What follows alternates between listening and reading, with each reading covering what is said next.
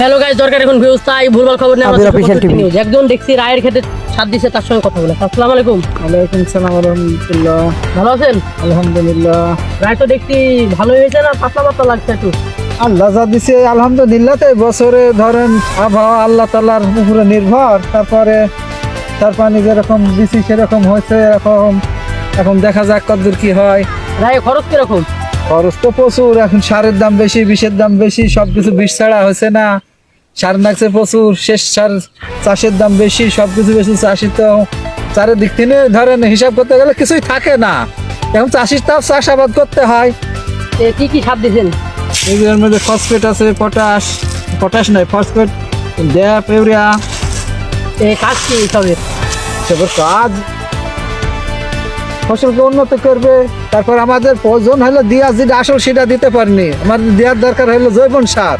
জৈবন সার আমরা বদ্ধ করি, আমরা খালি রাসায়ন বেশি অংশ মারতে দেখছি হচ্ছে যে ভুট্টি ফিটিংয়ের মধ্যে দেখছি ভুট্টা আছে, মানে দুটা করেছে, যে দুটা হওয়ার ভাগ্য আছে। পেশাটা তুলে নেবো, ভুট্টাটা থেকে যাবে। চাষি আপনি দেখছি একটি আবাদি মানুষ, এই ভুই আপনার কত কাছে মাঠে? ওই আমার বেগিসারি গাছ। বিঘি তারিখেই মাঠে। তাহলে গাইজ আপনারা দেখছেন, এটি একটি কৃষক, তার এখন বিঘি তারিখ মতো হয়ে আছে মাঠে, শস্য কি নানান ধরনের আবাদ করে। এখন আপনারা পরবর্তী ভিডিওর জন্য অপেক্ষা করুন।